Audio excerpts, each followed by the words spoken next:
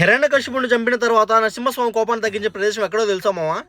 అది మన ఆంధ్రలోనే ఉంది మావా, పెంచులకోన. నాకైతే చాలా సంవత్సరాల తర్వాత లక్ష్మీ నరసింహస్వామిని చూసి భాగ్యం అయితే కలిగింది ఈ రోజు. మీలో ఎంతమంది పెంచులకోనకి వెళ్ళారో కామెంట్ చేయండి మావా, మర్చిపోవద్దు. ఈ కొండల మధ్యలో ఉన్నంత ప్రశాంతత ఇంకెక్కడా ఉండదు మావా, అంత ప్రశాంతంగా ఉంటుంది ఇక్కడ. మా కార్ అయితే పార్కింగ్ లో పెట్టి మేమైతే దేవుడి దర్శనానికి అయితే బయలుదేరిపోయాం. ఆ నరసింహస్వామిని చూడడానికి నాకు 10 ఏళ్ళు అయితే పట్టింది మావా. మేమైతే పొద్దున్నే పోయినాం కాబట్టి జనాభా అయితే చాలా తక్కువ ఉన్నారు ఈ రోజు. మేమైతే చాలా దూరం నుంచి ట్రావెల్ చేసి వచ్చాం కాబట్టి ఫస్ట్ అలా కోనేరు దగ్గరికి వెళ్ళేసి కాళ్ళు చేతులు కడుక్కొని దేవుడి దగ్గరికి అయితే బయలుదేరిపోయాము మావా. మన గణపొచ్చే కొండ మధ్యలో గీత ఉంది, ఎవరికైనా స్టోరీ తెలిసి కామెంట్ చేయండి మావా. మేమైతే క్యూలోకి వెళ్ళిపోయాము. క్యూలోకి వెళ్ళిన తర్వాత ఇక్కడ గొడుగులు అయితే చూసాను. ఇక్కడ గొడుగులు ఎందుకు తీసుకొని వస్తారంటే భక్తుల నమ్మకం ఏంటంటే లక్ష్మీ నరసింహ స్వామి అడవిలో విరజిల్లే దేవుడు. పూర్వంలో చెంచుగిరునులు స్వామిని తమ అల్లుడు కుటుంబ దేవుడిలా భావించేవారంట. స్వామికి గౌరవంగా రాజులా గొడుగు పట్టేవారంట. అందుకే ఇప్పటికీ భక్తులు గొడుగులు సమర్పణగా తీసుకొని వస్తారు స్వామికి అయితే.